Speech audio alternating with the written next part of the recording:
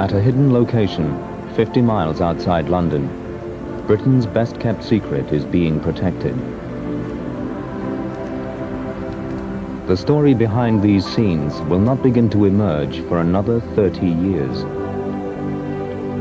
Some of it may never be revealed. Everything was destroyed. There wasn't a scrap left. Churchill had ordered it, so we thought that must be right.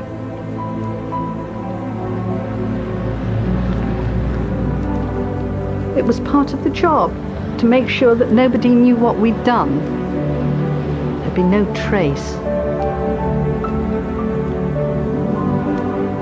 We did really keep this secret for the good of the country. There was an element of mystery. You couldn't say anything about it at all. This is the first time I've talked about Bletchley since I was there.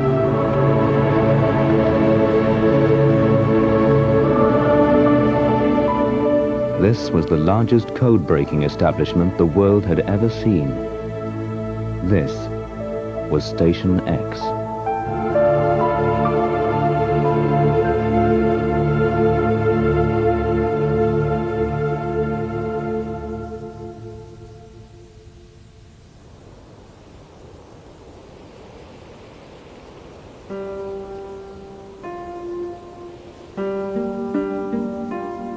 Here was once a hidden city of 10,000 people. Here, the enemy's most secret codes were broken. In hastily constructed huts, many of Britain's best and brightest worked round the clock to decode the secret messages of the German war machine. The world's first programmable computer was created here specifically to break German codes, but no one ever knew.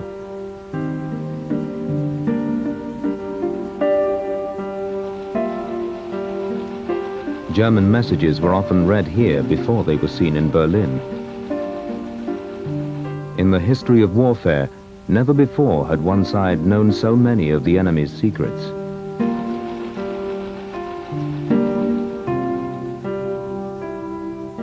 It revolutionized the way wars were fought. Its legacy still has impact on our lives.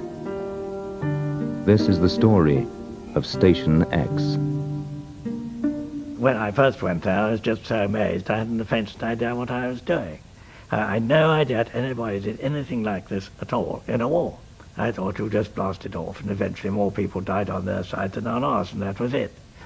But in effect, you got to Bletchley, and they began to tell you what it's all about, and I was absolutely amazed.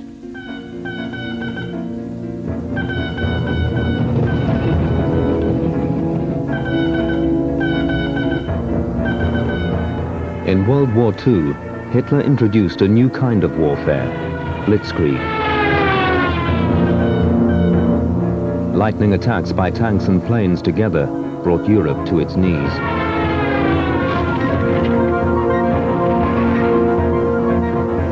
Speed was everything, and speed of attack meant speed of communication. The Second World War became the wireless war. Every day, the skies were full of radio signals.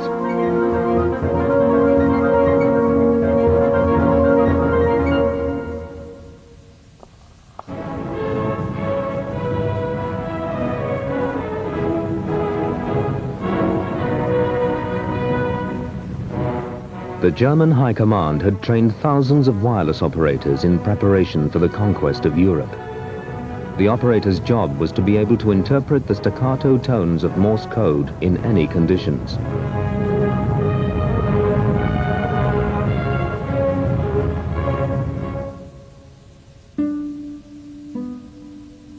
But there was still the problem of how to keep the messages secret.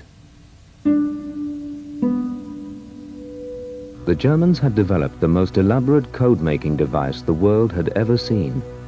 The Enigma turned a message into unintelligible gibberish, letter by letter. When the message was sent in Morse code, all the enemy saw was a meaningless string of letters. But when the German operator at the other end typed in the coded letters, the real message would appear. In this way, vital war plans could be kept absolutely secret. The experts were of the opinion the German cipher machine Enigma is very secure and it is impossible with analytical means to break into this cipher. So the confidence for this cipher was especially with the experts in the high command very great, and they had never any great doubts about the security of this machine. Unter Umständen Tage brauchen würde, um einen der Sprüche, die bei uns durchliefen, zu entziffern, dann wäre der Wert dieser Information schon überholt gewesen.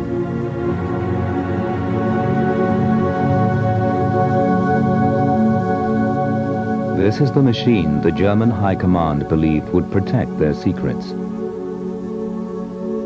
This is the Enigma.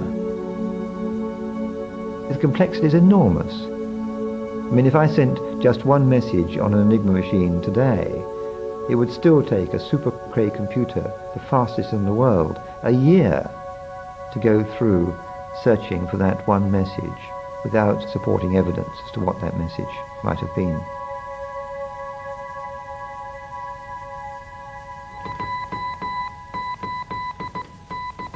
The British had no answer to the Enigma. As war moved closer, the airwaves were full of coded German messages, messages that could be intercepted, but not read. Room 40, deep inside the Admiralty, had been famous for its code-breaking successes in the First World War, but now the cupboard was bare. If war came, Britain would have to take on the challenge of the Enigma. In 1938, the British Secret Service bought Bletchley Park, an ungainly mansion 50 miles north of London, outside the village of Milton Keynes. A wireless receiver was installed to pick up German messages. Its call sign was Station X, and that became the unit's new name. A small group of code breakers went to the new location to try it out. The first party came to Bletchley Park in the early 1938, and this was known as Captain Ridley's hunting party. And that was the cover story for it. And so this was the group of people who came down with their chefs and their butlers and the supporting staff, and had a right old time proving that Bletchley Park was eminently suitable for this code-breaking place. It was beautiful, lovely, rose gardens, mazes, lovely old building, wonderful food. My mother didn't know where I was. I was reasonably young. She had to sort of trust her. I don't know what she trusted to, but I told her these people were very respectable. Must have worked all right because we came back and everybody was satisfied with how it had gone. We went back to work, not knowing if war was going to come or not, but if so, we figured we'd be back. And we were.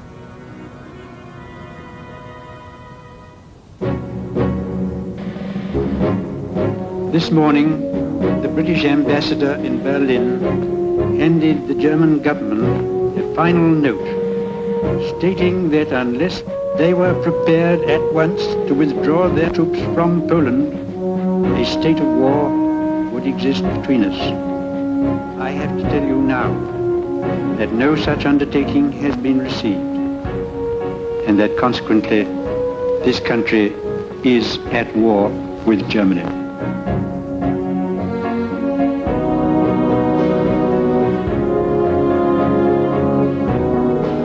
A new breed of codebreakers would be required to unravel the mysteries of the Enigma. The Secret Service set about finding their people. The interviewing began.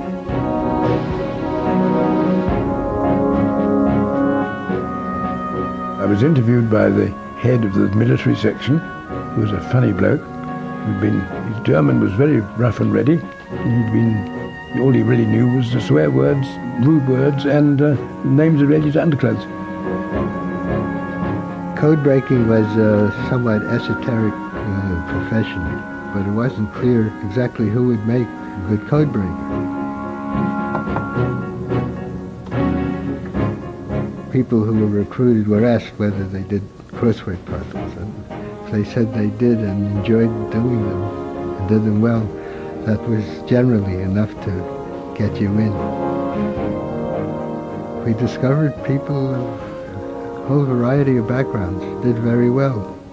Anthropologists, Egyptologists, paleontologists, and even an occasional lawyer turned out to have the knack. I was reading German at University College London, and I thought, well, really, I ought to do something better for the war effort if I could, because I was concentrating on German romantics, and then I realized that when the German romantics were overhead, they were probably half the trouble with what was happening with nationalism and so on. And so I said I'd train to be a nurse, and when I told the authorities, they said, oh, no, you don't. You use your German. So then I thought, right, Mata Hari isn't in it. This is going to be an interesting job, seducing Prussian officers. But it didn't work like that. I was just sent to Bletchley. In Elizabeth's days, when nights wore stays and beards grew wild like barley, the erudite called me Rawley and the ignorant called me Raleigh. For a man who shines, this is the Tandy verse, for a man who shines in so many lines, an alias is handy, so give me a ring in the naval wing as Lieutenant Commander Tandy. Geoffrey Tandy was recruited early on. He had been a marine biologist. He was an expert in cryptogams. They are a very elementary form of biological life. And somebody said, cryptogams, oh, that's what we want, we'll send them to Bletchley, with the slight error that they were really looking for people who are good at cryptograms. Station X recruited academics, chess champions, crossword fanatics, and, to suit the new mechanical challenge of the Enigma, large numbers of mathematicians were sought out. The old boy network was hard at work. I was just about, very unwillingly, to start to revise some lectures, and in came Welshman. He'd been my supervisor, you see, at Cambridge, and then he suddenly disappeared, left Cambridge, and the rumour was that he was working in some place at Bletchley, top secret work, you see. So he explained to me that in fact he was doing that, and would I like to come along and join him? So I was delighted not to have to get on with this revision.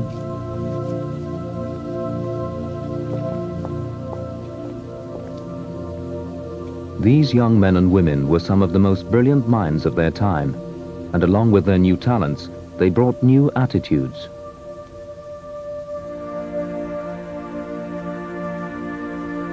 Bletchley Park represented different layers of knowledge and experience. There was certainly some sense of a bit of a generation gap there. A gap between people, some of whom had just come straight from school, and people who would have been their masters at school, who might even have taught them mathematics. I was young at the time and felt very, very strongly that there were some people there who were not thinking as quickly as we were. It was the arrogance of youth in part, although I try to look at the arrogance of youth with the humility of a historian. Looking back upon it, I think probably we were a little bit more cocky in some of the things that we were doing than we would have been in later phases of our own lives. At that age you can just take fire and blaze away half out of your mind with enthusiasm and dedication. You're not married, you don't have to worry about the kids and the rent and so forth. And during that sort of short period of your life, you can live like a madman and, take almost no sleep and determined to do it. The people who a few years earlier were regarded as too young and not knowing anything of importance, or not being real people, not being significant grown-up people, suddenly they were the people who held the keys to the Reich.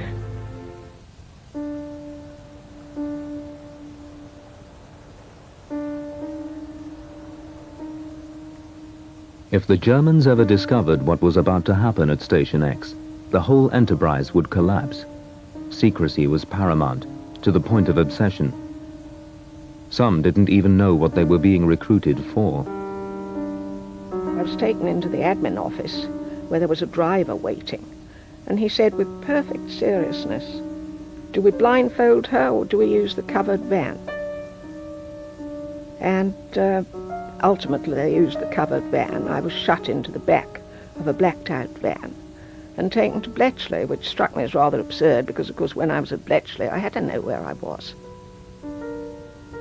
But I did gather that I had to sign the Official Secrets Act, that I must never, ever say to anyone where I was working, except to say Box 101 Bletchley, that I must never, ever tell anyone about any of the work I was doing or anything about Bletchley Park. We knew other people were doing something, no doubt they were doing quite well, but we didn't inquire. I think it was impressed upon us as soon as we got there that you just talk to your colleagues, you don't talk about your work to anybody else. Fair enough. I mean, if you've been brought up all your life to be truthful and honest and obey rules, you continue to do that.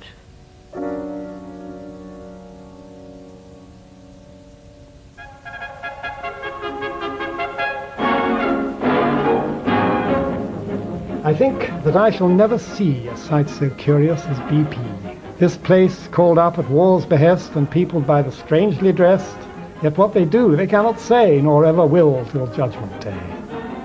Oh, at least half of the people there were, I would have thought, outside Bletchley, absolutely mad.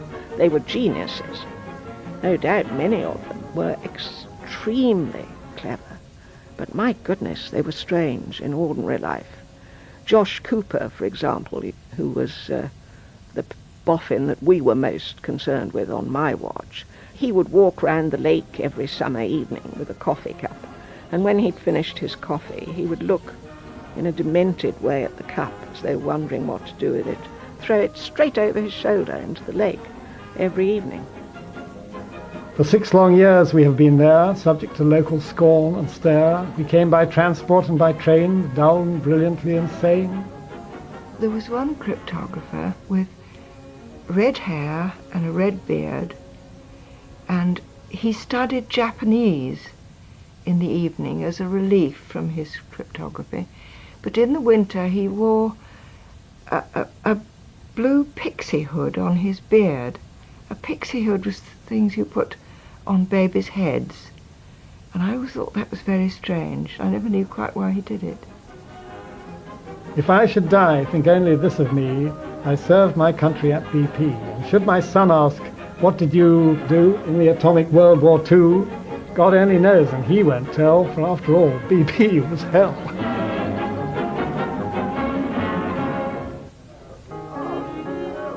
These are the men and women who broke the secret of the Enigma.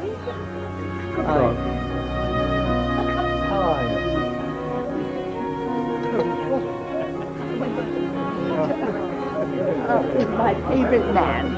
Oh. Did you know that Bill My memory is good. Yes. I know a lot of words. Yes. Not the names. Yes. Poor all these dreadful people. Oh, sorry. You piece of twin. Today they can talk about what they did there openly, many for the first time. Jesus, I couldn't.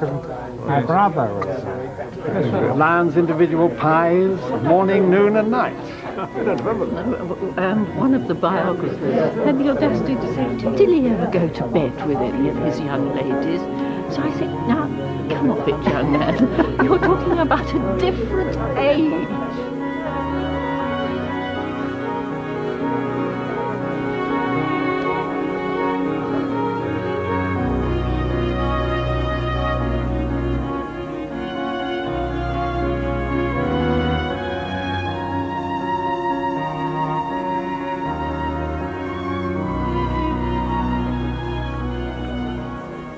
Some of the code breakers were veterans of Room 40, and their skills were legendary. Dilly Knox was one of them.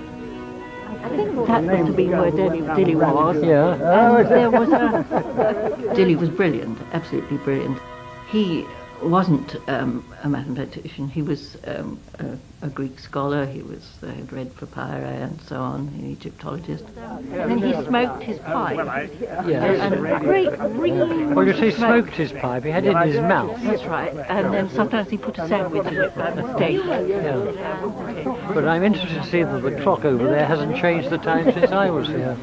It said that for 56 years. The sort of thing he would say to you is, which way does a clock go round? And if you were stupid enough to say clockwise, he'd just say, oh no, it doesn't, not if you're the clock.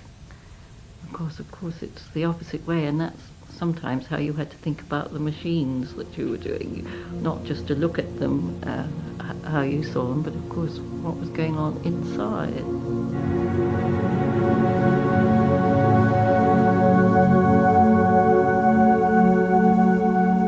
German confidence in the Enigma was not without reason. The Enigma was state-of-the-art technology. German operators could scramble their messages in millions and millions and millions of different ways.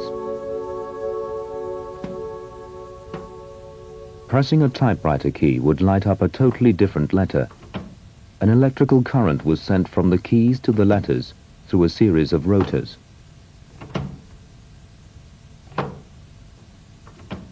Each time a key was pressed, a rotor would turn, changing the wiring, and so changing the letter that was produced.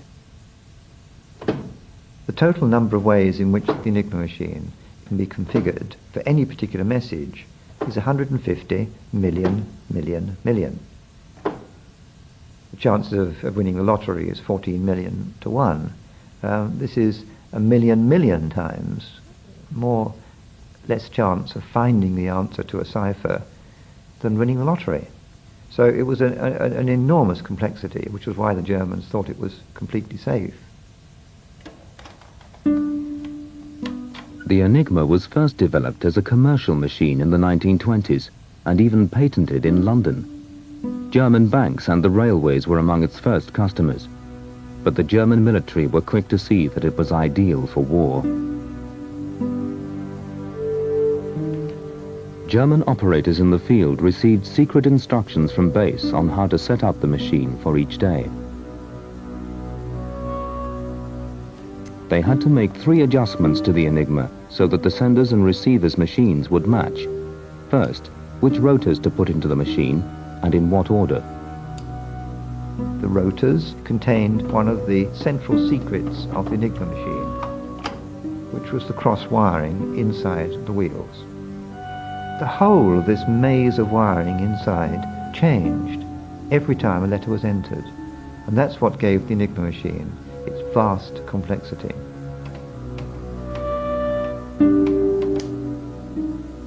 Secondly, to confuse the enemy even more, each of the rotors could be changed every day by adjusting the ring of letters around each rotor, 26 combinations on each wheel.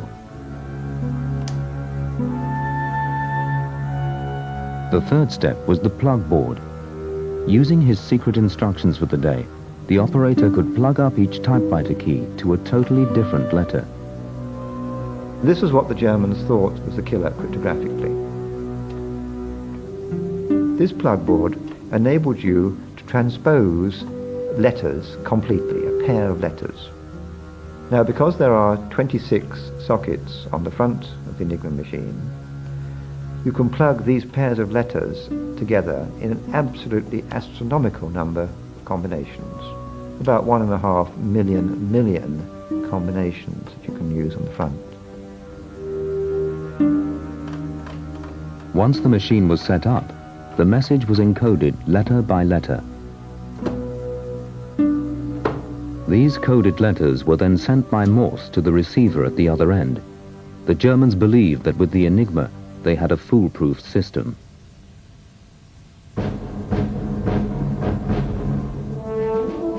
By 1940, Hitler's war was still across the Channel. Poland, Norway and France had taken the brunt of the Nazi attack. For Britain, these early months were the phony war, a chance for Station X to prepare for whatever Hitler might do next.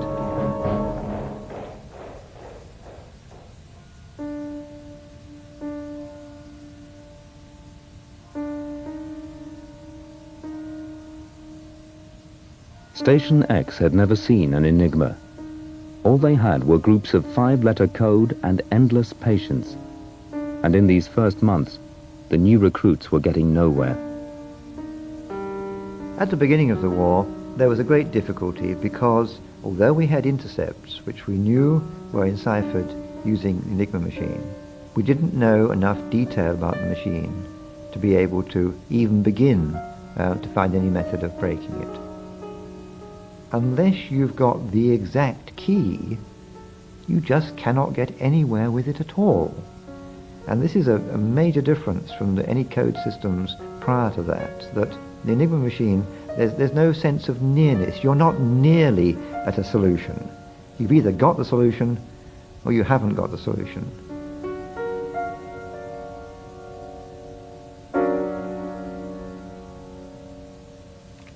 The story of how the Enigma was broken began 9 years earlier with a spy.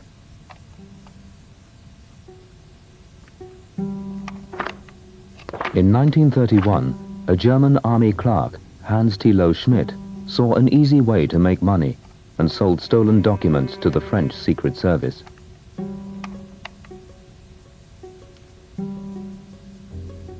The French met with their own cryptographers. They showed them the documents but got little response. War then seemed a long way off.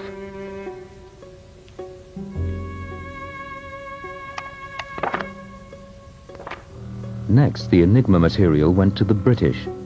At that stage, the British cryptographers were not convinced by mechanical code making, and Germany didn't seem much of a threat. The offer was politely declined.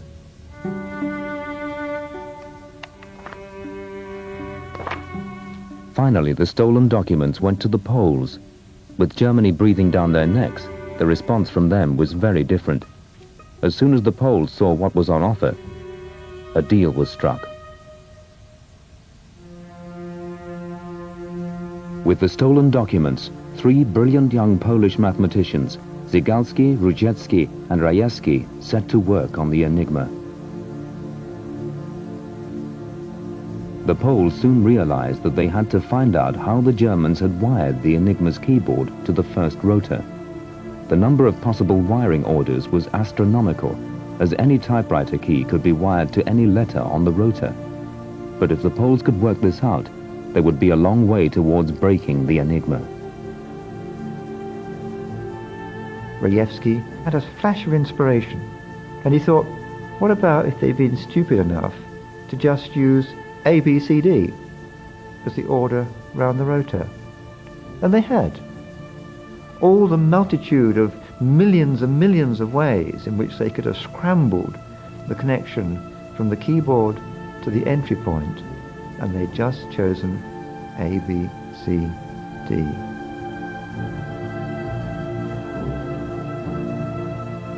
And Marian Rajewski, in desperation, tried that. It worked, and suddenly he'd got the internal connections of the whole of the German forces machine. But then, on the eve of the invasion of Poland, the Germans introduced even more complications to the Enigma, and the Poles could no longer read any of the messages. They needed help. Out of desperation, they invited the British to a secret meeting deep inside a forest near Warsaw. They revealed how they had managed to break the Enigma. The British were astonished. And Diddy Knox, he was one of the members of the team that went there. And the first thing he asked Rajewski was, what is this mapping from the keyboard to the entry rotor? And Rajewski said, ABCD. And Diddy Knox went, oh God, we never thought of that. It's too obvious. Why didn't we think of that? Within weeks of that meeting, Poland was invaded and war broke out. But the changes that the Germans had made to the Enigma meant that even with the Polish information, Station X was still in the dark. But as the flow of German messages increased, at last the codebreakers were beginning to see a way to achieve the impossible. The starting point was the messages themselves. The worldwide network of intercept stations was one of the last great achievements of the old British Empire, stretching from Scarborough to Singapore. They were known as Y stations. Wherever the Germans were, we were listening. When there was a lot of excitement, the wires would be absolutely humming with Morse. They'd be transmitting all over the place. We'd really have cramp in our fingers sometimes, trying to write it down, non-stop. Round the clock, round the world, thousands of operators were writing down meaningless but vital groups of letters, the raw material for Station X. The transmitter itself has a sound. Some of them were deep, some of them were light and tinny. And the sender, the man who's actually transmitting the Morse, he has his own particular way of sending letters. It's like a fingerprint. And so if they changed frequency, we'd go looking for them. It's a little bit like a cat sitting outside a mouse hole, waiting patiently for something to happen, the mouse to appear. As soon as we heard the sound of the man, the way he sent the letters, he was our man. Sometimes we'd get plain language, and that was mainly when they were being captured or the enemy, us, was actually on their doorstep. You'd get people sending messages to their control to please tell my mother where I am, or my wife, which was very sad. We had one man who was trying to get a message to his mother, transmitting it to Germany, to his control or his headquarters. And they were saying code, in code, in code. And of course here's this poor man with the 8th Army tanks pointed at him outside, and they were telling him to code his message, you know. And this little man wants the message out before the 8th Army come through the door. All the Y station intercepts were carefully logged at Station X by call sign, frequency, date and time. One of the young recruits was given the task of analyzing this flood of undecoded intercepts. For days and nights, Harry Hensley searched for clues. Harry Hensley was the son of a miner, and the family didn't approve of his education, and they thought he ought to get a job in the mines and support the family. And Harry went off to Cambridge. And so poor Harry was very poor indeed, and when he came into the naval section we all petted him. And I remember contributing to his 21st birthday present, which was a second pair of grey flannel trousers.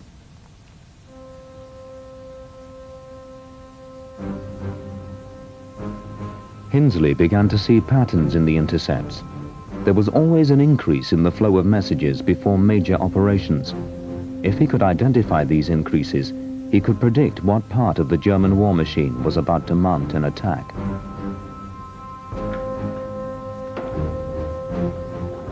Each day, Hensley would report his findings to the Admiralty, and each day they would ignore him.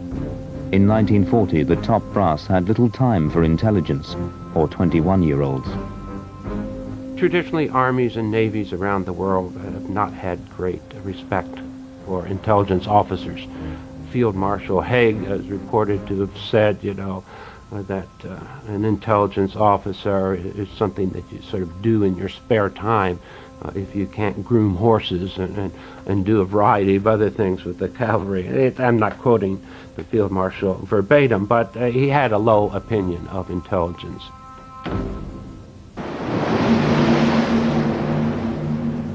It took a major catastrophe to change their minds. In June 1940, Hinsley warned the Admiralty that there were dramatic signs of impending German naval activity off the coast of occupied Norway. As usual, the old guard at naval headquarters took no notice. On the 8th of June, the British aircraft carrier HMS Glorious and her 2 escorts were surprised by 2 German battleships coming from Norway.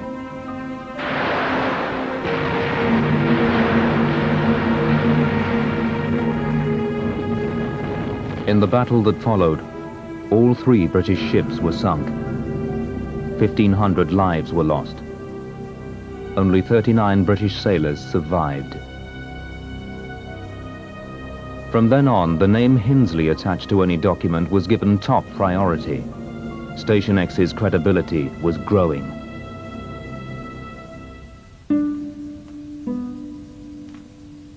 In 1940, the codebreakers had their first breakthrough. The German operators were making a tiny error in the way they were setting up their machines. It was known as the double indicator. It was to be the Enigma's Achilles heel. The instruction sheets for each day had told the German operator how to set up his Enigma. The rotors and the ring of letters around each rotor were put into their given positions. The sheets then specified how the plug board should be wired up. All Enigmas on a network had to be set up identically for the system to work. But there was more, one extra level of security. If the enemy captured the instruction sheets, they would be able to read all the messages. To prevent this, each and every message had its own secret rotor setting, chosen by the operator himself. To do this, the operator first turned the rotors to 3 letters chosen at random. These would be sent by Morse to the operator at the other end in plain text, so that he could line up his machine similarly. But now the operator had to be able to tell the operator at the receiving end what the actual message settings from which he was going to start enciphering the message. And that had to be conveyed to the operator at the other end, but not revealed to any interceptor. And the way that they chose to do this was to use the Enigma machine itself to conceal this message setting. The operator encodes a second group of 3 letters as the secret message setting itself. And supposing he thought of SWJ. And when he keys in SWJ, the lamps light up ITV.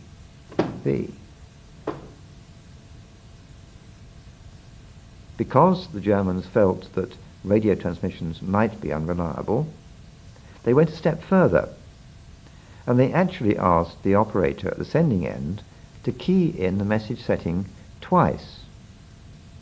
So the procedure was to key in SWJ, SWJ, and to note down all 6 lamps that lit. And that was a crucial mistake, because the repetition of the message setting gives a cryptographer a toehold into finding out what it actually is. Repetitions are always bad news in cryptography. By encoding the same letters twice, the Germans were giving the code breakers their first clue as to how the rotors were set on the Enigma. Soon there was a second clue. Station X noticed a strange quirk in the way the rotors worked. In about 1 out of 8 intercepts, the Enigma was turning one of the letters in the message setting into the same coded letter twice. This repeat should never have happened. The mistake of sending the message setting twice was revealing a flaw in the machine itself. Although it was designed to produce random coded letters, there were certain situations in which the Enigma was much less random than the Germans would have hoped. There is no such thing as a truly random sequence that can be generated by a purely deterministic machine. That just cannot be. it's part of the definition of randomness, that it cannot be explained or predicted in any way whatsoever. The whole game of cipher design is to design machines which are flawed, they have to be, but in which the flaws are as small, inconspicuous as possible. It was just such a flaw that finally broke the enigma. Station X called the repeated letters females. There could only be a few configurations that could produce these females. If the code breakers now worked their way through them, they would find that day's settings.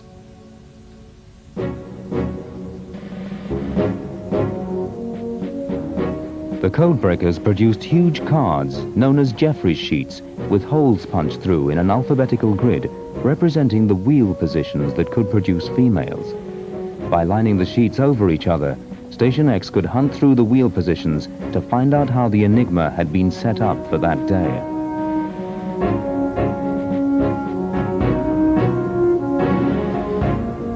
They were John Jeffreys, they were really his rather special baby. And they were on sort of cartridge weight paper, not very thick card. They got very dog-eared.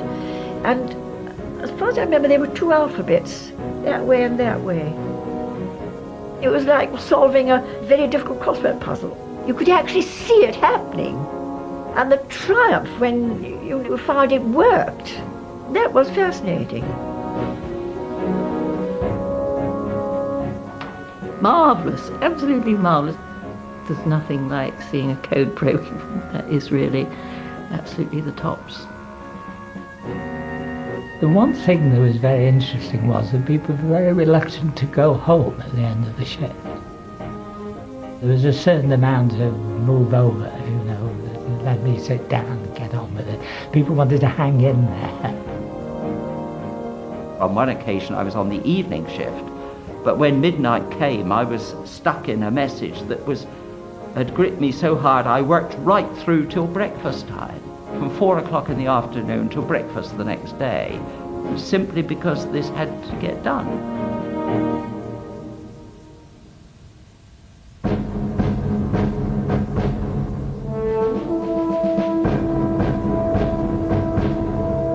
In the spring of 1941, the naval war was building up in the Mediterranean. Hitler had joined forces with the Italian fascist Mussolini. Both dictators were dreaming of new world empires. The codebreakers knew that the Germans had given the Italians Enigma machines to encode their communications. A 19-year-old girl was trying to break into the Italian messages. Sometimes you'd have to spend the whole night assuming every position that there could be on the 3 different wheels, and there we called them red, blue and green, the wheels, I think they did too. So that you would have to work at it very, very hard, and it was that, I think, that made one pink-eyed, and one, after you'd done it for a few hours, you wondered, you know, whether you'd ever see anything when it was before your eyes, because you were so snarled up in it all. Mavis and the other codebreakers didn't know it, but they were about to make their first major impact on the war. The one that came up was real good stuff, drama. Today's the day -3, just that, nothing else. And so, of course, we knew that something was going to happen. The Italians were going to do something in the Italian Navy in 3 days' time. Why they had to say that, I can't imagine. It's rather dark, but still, they did.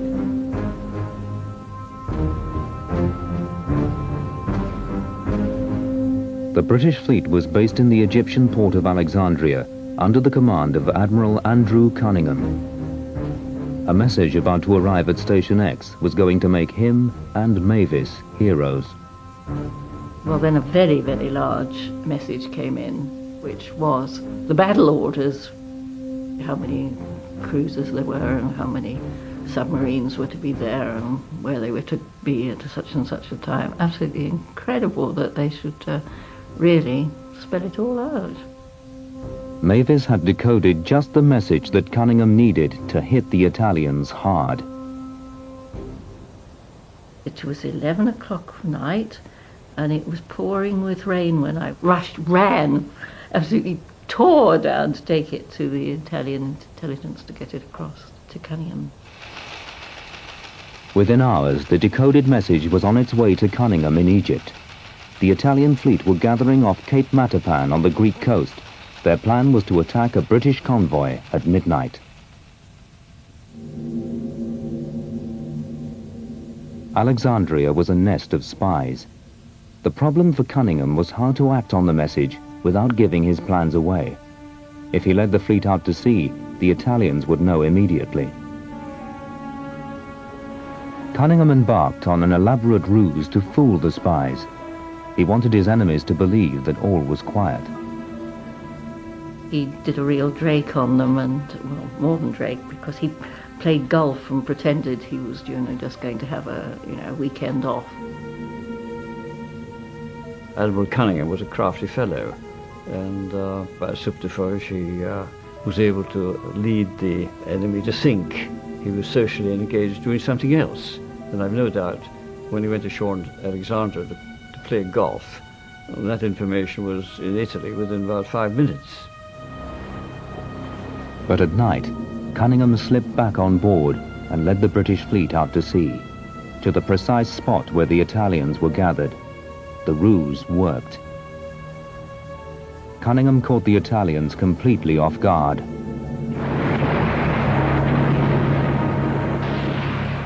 That night, the Italians lost nearly 3,000 men, the cream of their navy. It was the first major victory for Station X in the war, and the young codebreakers were delighted. The Navy does it again. Here is the British Mediterranean fleet, preparing for what proved to be the greatest naval engagement so far fought in this war. The Battle of Matapan is one more proof that Britain is the unchallenged ruler of the Mediterranean waves. After the Battle of Matapan, the Navy were the heroes. Station X was, of course, never mentioned, but they had their own reward. Then Cunningham himself came. It was the first thing he wanted to do when he came was to see the actual message that had been broken. And he was very nice, and we had a drink, and we were in this little cottage, and the walls had just been whitewashed. Now this will show you how sort of silly and young and giggly we were, but we thought it would be jolly nice if we could talk to Admiral Cunningham and to get him to lean against the wet whitewash and go away with a white stern. So that's what we did. So it's rather terrible, isn't it? That on the one hand, everything seems to be so very organised, and these silly young things are wanting to snare the Admiral.